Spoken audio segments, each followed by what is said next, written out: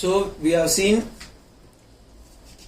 ஈஸ்வர நமஸ்காரம், குரு நமஸ்காரம்.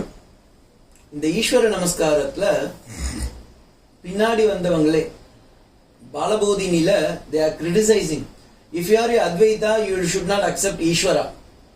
ஏன்னா எல்லா இடத்துலயும் இருக்கிற பகவானன் எப்படி, அதனாலதான் அவர் சச்சிதானந்த பதத்தை போட்டார். அது வேதாந்த பரிபாஷால இட் இஸ் நலிஃபைடு. அதை நான் சொல்லாங்க மறந்துட்டு அதனால நான் சொல்லிடுறேன். இப்போ மூணாவது ஸ்லோகம் பார்க்கிறோம். What is the subject matter of this book? பாருங்க எவ்வளவு அழகா எடுத்துன்னு வர்றாரு. ஈஸ்வர நமஸ்காரம், குரு நமஸ்காரம். அப்புறமா இதுல வந்து புக்கோடைய பேரை சொல்லிட்டாரு, வேதாந்த சாரம் அப்படின்னு. இப்ப வேதாந்த சாரம்னு சொன்னேனேப்பா, அந்த வேதாந்த சாரம்ன்ற இந்த புஸ்தகத்துல என்ன சப்ஜெக்ட் மேட்டர்னு நான் சொல்ல போறேன். அதுதான் மூணாவது ஸ்லோகம். பாருங்கோ அப்படின்ற பாருங்கோ. வேதாந்தோ நாமஹ உபனிஷத் பிரமாணம் ததுபகாரிணி சாரீரக சூத்ராணி ச. வேதாந்தம்னு அந்த இடத்துல சொன்னேன்ல, அந்த வேதாந்தம்னா என்ன அப்படின்னா வேதஸ்ய அந்தஹ வேதாந்தஹ. எது வேதத்தில் அந்தமாக இருக்கு, அந்தம் இல்ல, தமிழ் அந்தம் இல்ல, சான்ஸ்கிரிட்ல அந்தஹ. அந்தம்னா கடைசி பாகமாக இருக்கிறதுன்னு அர்த்தம். வேதாந்தஹ. நாம அப்படின்னா இட் இஸ் அ டெஃபனிஷன் அர்த்தம். நாம ஜெனரலி நம்ம யூஸ் பண்ணுவோம் எதுக்குன்னா பெயர் அப்படின்னு அர்த்தம். இந்த இடத்துல வந்து இட்ஸ் அ வர்பு. நாமஹ அப்படின்னா டெஃபனிஷன் அர்த்தம். What is the definition for Vedanta அப்படின்றதுக்கு இவர் எக்ஸ்பிளைன் பண்றார். வேதாந்தம்னா மூணே மூணுப்பா, இதை நல்லா ஞாபகம் வச்சுக்கோங்க. ஏன்னா தத்துவபோதத்துல வேதாந்தம்ன்றதுக்கு என்ன சொல்லியிருப்பாரு, அங்க நீங்க புக் எடுத்து பாத்தீங்கன்னா தெரியும். அதெல்லாம் ஹோம்ஒர்க் நீங்க பாத்துக்கோங்க. ஒவ்வொன்றும் தத்துவபோதத்துல இருக்கிறத தெரிஞ்சுதான் நீங்க இங்க பண்ண முடியும். வேதாந்தத்துக்கு உபனிஷத் பிரமாணம் அப்படின்றார். உபனிஷத் பிரமாணம். வேதாந்தம்னா என்ன சொன்ன, வேதஸ்ய அந்தக வேதாந்தம். வேதம்னா என்ன, 4 வேதம். அந்த 4 வேதத்துல கடைசி பாகத்துல இருக்கிறது என்ன, வேதாந்தக. அந்த வேதாந்தத்துக்கு இன்னொரு பேர் இருக்குப்பா, என்ன, உபனிஷத்து. ஓகேவா, உபநிஷத். ஓகேங்களா, உபநீ பூர்வஸ்ய பிரத்யாந்த சதேர் தாதுஹு உபனிஷத்து அப்படின்னு எங்க சொல்லியிருக்கானா, பகவத் பாதா ஆதிசங்கராச்சாரியார் கட்டோபனிஷத் பாஷ்யத்துல இன்ட்ரோடக்ஷன் அவதரிக்கையில எழுதியிருக்கார். இது நீங்க அங்க படிச்சிருந்தாதான் இங்க ஞாபகம் இருக்கும். சோ வாட் இஸ் திஸ் உபநீ பூர்வஸ்ய விப்ரத்யாந்த சதேர் தாதுஹு அப்படின்னா, உப அப்படின்றது ஒரு உபசர்க்கம். உபசர்க்கத்துல உப அப்படின்னா கிட்டே அமைத்து, சமீபத்தில் அழைத்து. ஆன்லைன் கிளாஸ் வச்சுக்கலாமே சுவாமி அப்படின்னா வேதாந்தம் பலிக்காது. ஆமா இருக்கு. ஓகேங்களா, சில பேர் கேட்பா, சுவாமி அத்வைதம் தானே, நீங்க நான் அமெரிக்கால இருக்கேன், நீங்க ஆஸ்திரேலியால இருக்குங்கோ, படிக்கல நம்ம அப்படின்னா ஆகாது. அதுக்குதான் எங்க ஆச்சாரியர் சொல்லும்போது சொல்லுவா, எப்படி வேதாந்தத்தை படிக்கணும்னா, you should read the Vedanta under a competent guru for a length of time for a particular verse with a proper understanding is known as Vedanta study. இல்ல ஒண்ணு மிஸ் ஆச்சுனால வேதாந்தம் படிக்காது. உப சமீபத்தில் அழைத்து, ஆன்லைன் கிடையாது. நிச்சயாத்மிகம், நீ நிச்சயம் கண்டிப்பா சொல்லுவோம். ஸ்ரத்தா இருக்கணும். சார் இவர் முதல்ல புரிஞ்சிருக்கு சார், அதனாலதான் சார் நமக்கு இவ்வளவு தொழில் சொல்லிட்டு இருக்காரு, இல்லைன்னா இவர் வேகா ஏதோ பேசிட்டு இருக்காருன்னு ஆகிடும். சில நேரம் பார்த்தீங்கன்னா உபன்யாசம் கொடுப்பா, நம்ம கேள்வி தான் அவ்வளவுதான் சார் நமக்கு தெரியும் அப்படின்ட்டுவா. அப்ப என்ன அர்த்தம், அறவே காடு அவங்களுக்கு ஒன்றும் புரியலன்னு. இங்க அப்படி இல்ல, நிச்சயாத்மிகம். அத்வைதத்துல இருக்கிறவங்க நிச்சயமா, சார் என்ன சார் கண்ணுல பார்க்க முடியாதுன்றீங்க, காதுல கேட்க முடியாதுன்றீங்க, மனசுல உணர முடியாதுன்றீங்க. அதுக்கு ஆள்னா இருக்காருன்னா ஆளும் கிடையாது, உருவமும் கிடையாது, டேஸ்டும் கிடையாது, கலரும் கிடையாது. ஆனா இருக்குன்றீங்க, அதுதான் நீன்றீங்க. நான் அனுபவிக்கிறேன்ப்பா, அதனாலதான் உங்களுக்கு சொல்றேன் நிச்சயாத்மிகம். ஏன்னா சாஸ்திரத்துல சொல்லியிருக்காப்பா, அனுபவத்துல இருக்கப்பா. எங்க ஆச்சாரியன் சொல்லி கொடுத்து நானே புரிஞ்சுக்கிட்டேன் மக்க மாட்டேன், நீங்க எல்லாம் புரிஞ்சுக்க முடியாதாப்பா, அதனால புரிய வைக்கிறேன்ப்பா அப்படின்ற நிச்சயாத்மிகம். ஓகே. உபநி சத்து, என்ன சத்து? முதல் ஸ்லோகத்துல சொன்ன பாருங்க, சச்சிதானந்தம். இன்னைக்கு அவர் தான் பாவம், அவர் ஆப்சென்டா இருந்தாலும் அவர் பேரை விட்டு இன்னைக்கு சகசநாமம் தான் நமக்கு. இருப்பு நிலையில் இருப்பது சத், அது இந்த 3 தான் பிரமாணம்.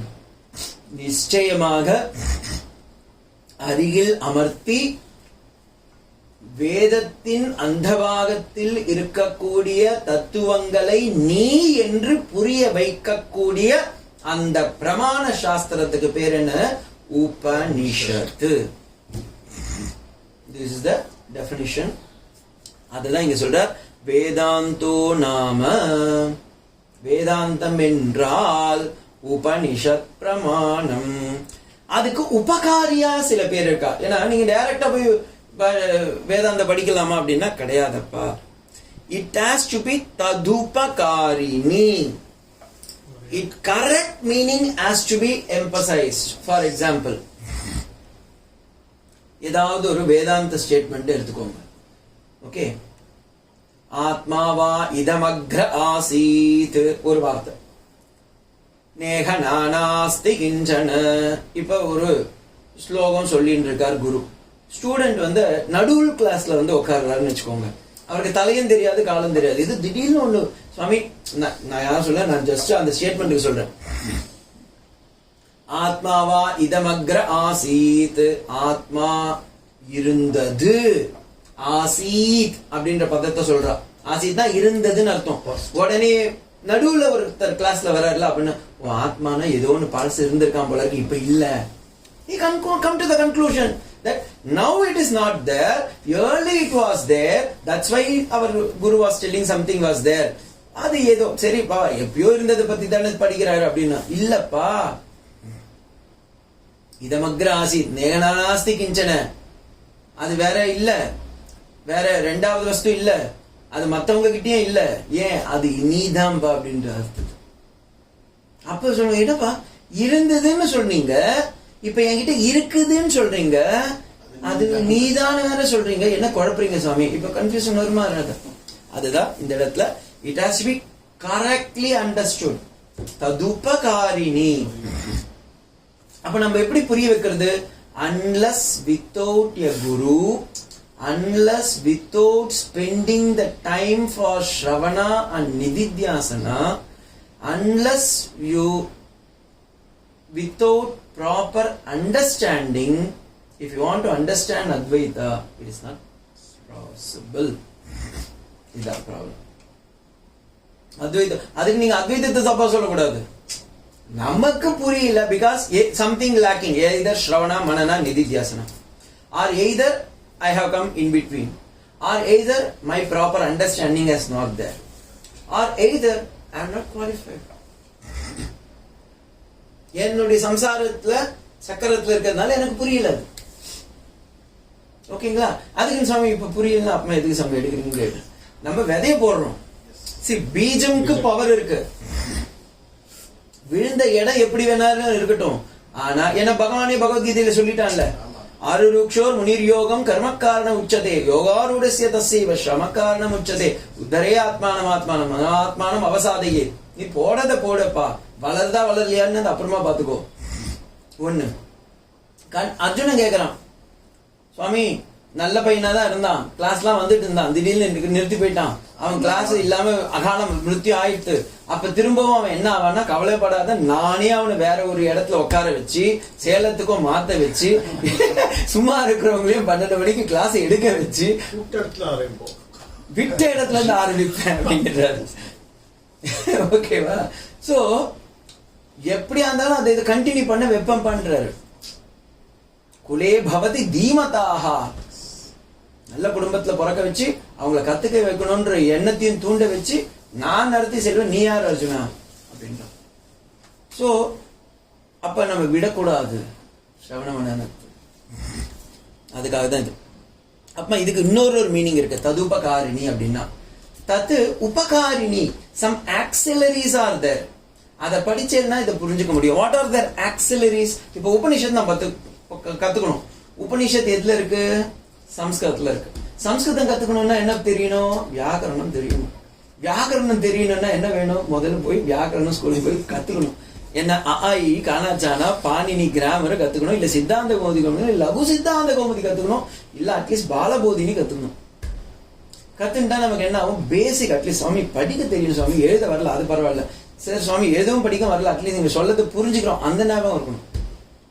ஓகேங்களா? சோ தட் இஸ் வாட் ததுபகாரிணி. 6 அங்கங்கள் இருக்கு பாருங்க. சிக்ஷா, கல்பம், வியாக்கரணம், நிருப்தம், சந்தோஷம், ஜோதிஷம். இதுல பேசிக் தெரிஞ்சிருக்கணும். தெரிஞ்சிருந்தா we can go. சரி, ஓகே.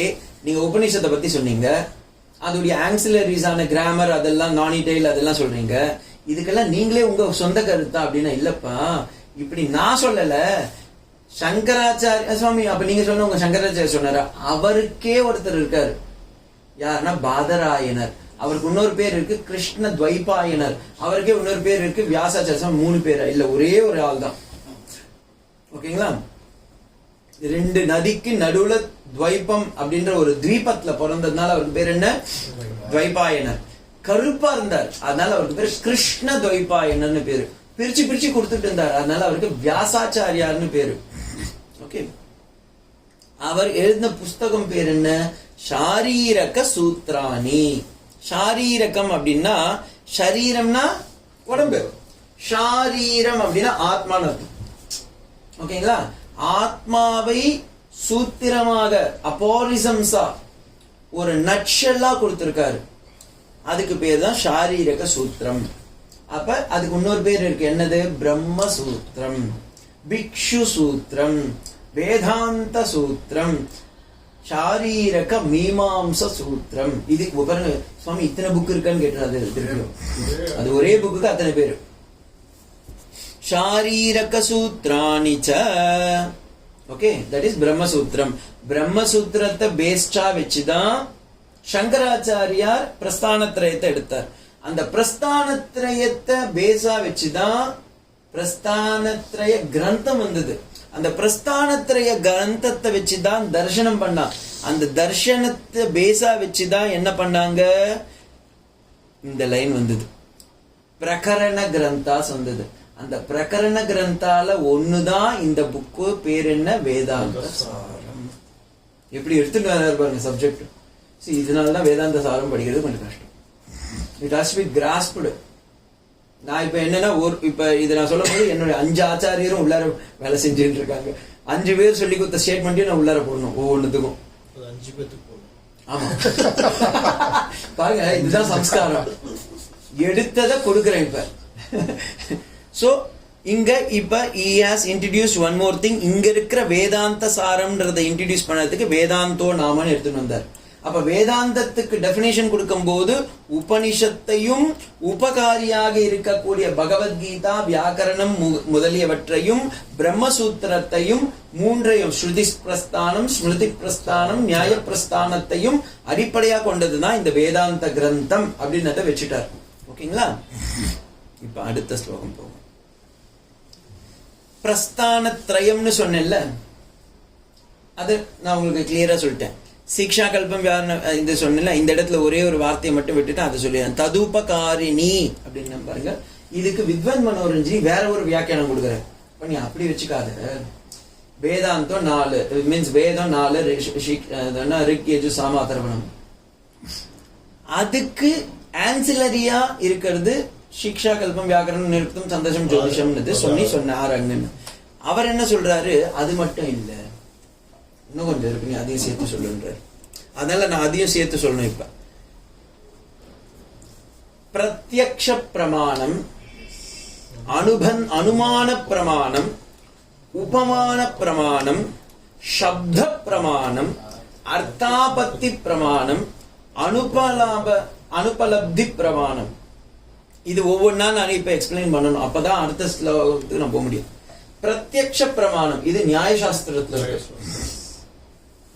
பிரத்யக்ஷமா கண்ணுக்கு எது தெரியுதோ அதுதான் பிரமாணம். தூமோ வன்னிமான் இவ, பர்வதோ வன்னிமான் இவ, எத்திர தூமக தத்திர வக்னிஹி. எங்க புகை இருக்கோ அங்க நெருப்பு இருக்கு, புகை இல்லாமல் நெருப்பு இல்லை. அப்ப ஒரு மரத்தை ஒரு மலையை பாக்குறீங்க, அந்த மலையில தொலைவுல இருந்து பார்க்கும்போது நிறைய புகை வருது. அப்ப என்ன அர்த்தம்? நேத்து கொல்லிமலையில எரிஞ்சிருச்சு திருப்பியும். சோ புகையை பார்த்திருப்பான், சார் காடு எரியுது சார், புகை தானப்பா, எப்ப புகை இருந்தா நெருப்பு இருக்கப்பா, ஃபயரை கூப்பிடப்பான்றான். எங்க நீங்க வேதாந்த சாரை படிச்சீங்களா அப்படின்னு கேட்டா, இல்ல சாமி இதுதான் எங்களுக்கு, ஏன்னா பிரத்யட்சமா நான் அனுபவிச்சிருக்கேன், அதனால பிரத்யக்ஷ பிரமாணம். ஓகேங்களா? நான் இதெல்லாம் சொல்லிட்டு திருப்பி நானே நெகேட் பண்ண போறேன், அதனால நல்லா கவனிங்க இதெல்லாம். அடுத்தது அனுமான பிரமாணம், இன்ஃபரன்ஸ். கண்ணால பார்த்தேன். அடுத்தது இன்ஃபரன்ஸ் கொடுக்கறேன். சார் இங்க ஒண்ணு இருக்கு சார், உங்க உடம்புல ஒண்ணு இருக்கு சார், அதுக்கு பேர் ஆத்மான்னு சொல்றாங்க சார், அதுதான் சார் உள்ளார உங்க கூட உட்காந்துட்டு இருக்கலாம் சார், அது இல்லைன்னா நம்ம எல்லாம் செத்து போயிடுமா சார் அப்படின்றோம். அப்ப இது இருந்ததுனால அது இருக்கு சார், இன்ஃபரன்ஸ். ஓகேங்களா? அனுமானம், இப்படி இருக்கு சார், தண்ணி இருக்கு சார், அந்த தண்ணி இருக்கிறதுனால தான் சமம் இருக்கும். இதுக்கு ஒரு கதை சொன்னா உங்களுக்கு ஈஸியா தெரியும்.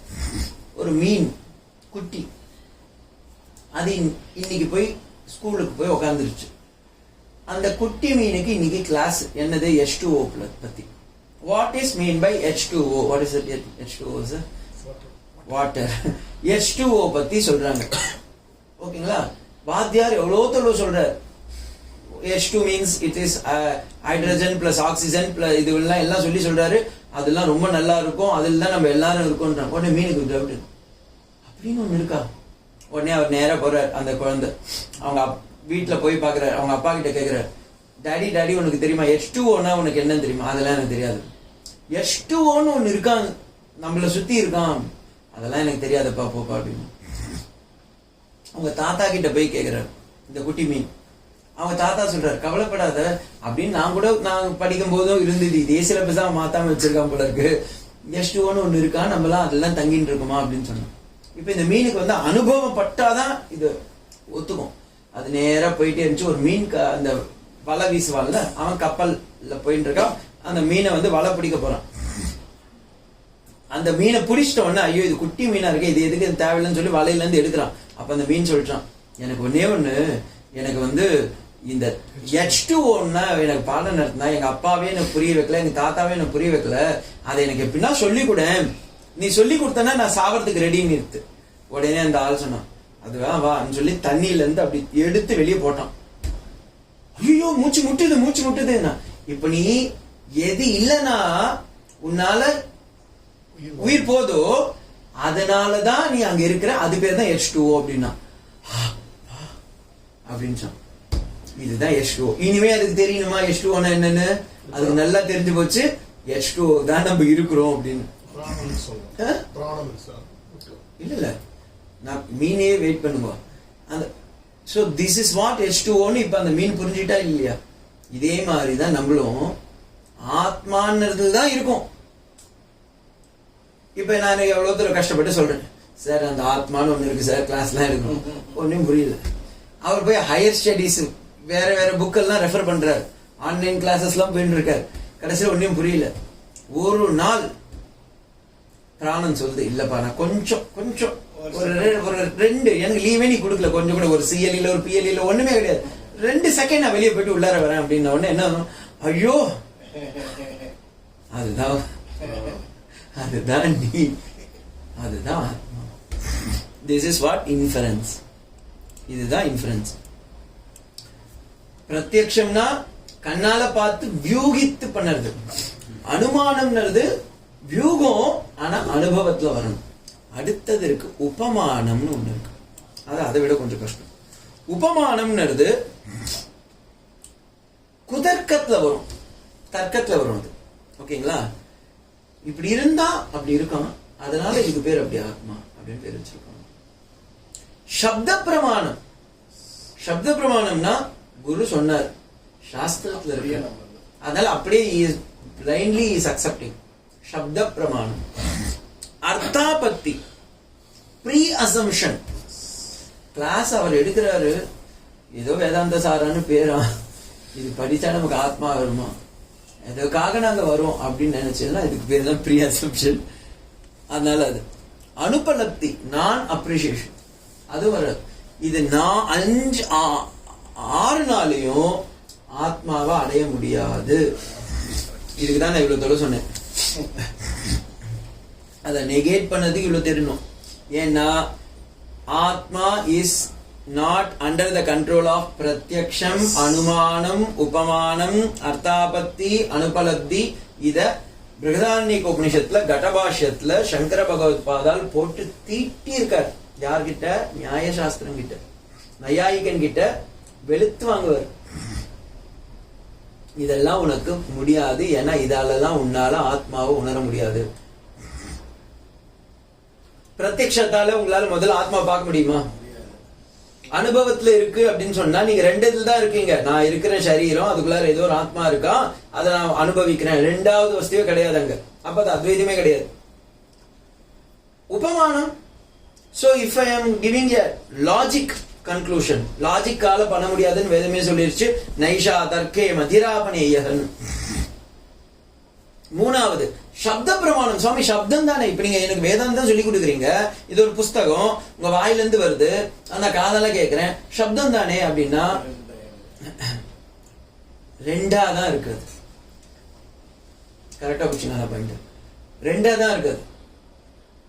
சப்த பிரமாணமா இருந்தாலும் நானே அந்த ஆத்மான்னு புரிஞ்சாதான் வரும். இல்லைன்னா நம்ம எவ்வளோ புஸ்தகத்தை வச்சுட்டாலும் எவ்வளோ தொலைவு நம்ம கைடை வச்சு பிடிச்சாலும் அது வேலைக்கு ஆகாது. ஈவன் குரு சொல்லும் போது தான் செகண்ட் லெவல்ல தானே வருது. அப்படின்னா he comes to you to understand and he will go back to his Advaita. Don't worry. Okay. He is always in Advaita only. For your teaching purpose he has come to Advaita. அர்த்தாபத்தி அதெல்லாம் சான்ஸே கிடையாது. அனுபலப்தி ruled out. அதனால நம்மளால புரிஞ்சுக்க முடியாது. ஏன்னா அது என்ன ஆகும்? குதர்க்கத்துக்கும் ஜல்பத்துக்கும் விதண்டாத்துக்கும் தான் போயிடும். It creates more questions, it creates more logic. அதனால தான் சயின்ஸால இன்னைக்கு ஆத்மா உணர முடியல. எங்கேயோ போயிடுவோம். சில பேர் சம்ஸ்கிருத்லயே ஊறிடுவாங்க, சில பேர் லாஜிக்ல ஊறிடுவாங்க, சில பேர் ஆத்மா ஏதோ இருக்கான் சொல்றாங்க. நானும் 10 வருஷமா படிக்கிறேன், தேடுறேன். கருப்பு பூனை இருட்டு ரூம்ல இல்லாத ஒரு இடத்துல போய் தேடிட்டு இருக்கான்னு அர்த்தம். சோ இது மாதிரி ஆயிடும்பா அப்படின்னு சொல்லி அவர் சொல்றார். உபனிஷத்னா வேதாந்தம்னா அதுக்கு உபனிஷத்து, சீக்ஷா கல்பம், வியாக்கரணம்ன்ற 6 அங்கம், சூத்திரமாக இருக்கக்கூடிய பிரம்மசூத்திரம் பிளஸ் பகவத்கீதா, இதுதான் பிரமாணம். இத வச்சு அவர் இதுல அப்ப என்ன எடுத்து இது 2-way மீனிங். இந்த புஸ்தகத்துல உபனிஷத்து, கீதா, பிரம்மசூத்திரத்தை பேஸா வச்சுதான் நான் எடுக்கிறேன் அப்படின்றது ஒண்ணு. இன்னொன்னு, வேதாந்த நீங்க படிக்கணும்னாவே இது 3 தெரிஞ்சிருந்தா தான்பா உங்களால முடியும் அப்படின்றார் அங்க. Okay, so this is the 2-way meaning you want to convey. பாருங்க, ஒரே ஸ்லோகம் ஆனா 2-way மீனிங் இது. இப்ப வேதாந்தம்னா என்னன்னு தெரிஞ்சு போச்சு, உபனிஷத்னா என்னன்னு தெரிஞ்சிச்சு. உபனிஷத்னா 10 இருக்கு, நமக்கு ஈஸியா அண்டர்ஸ்டாண்டிங்காக. ஆக்சுவலி நிறைய இருக்கு, அதுல நமக்கு 10 உபனிஷத்து. அதே மாதிரி ததுபகாரிணின்னா ஸ்மிருதி பிரஸ்தானமா இருக்கக்கூடிய பகவத்கீதா, வியாக்கரணம், நிருக்தம், சந்தசம் அதெல்லாம் இருக்கு. பிரம்மசூத்திரம் சூத்திரத்துக்கு இருக்கு. இது 3த்தையும் தெளிவா தெரிஞ்சா இந்த வேதாந்தம் பலிக்கும் அப்படின்னு சொல்லிட்டார். அப்படின்னு சொல்லி இது ட்ரைனிங் சென்டர்ல இருக்கும்போது எனக்கு சுவாமி ஆசுதோஷன் அந்த மாதிரி இருக்கு.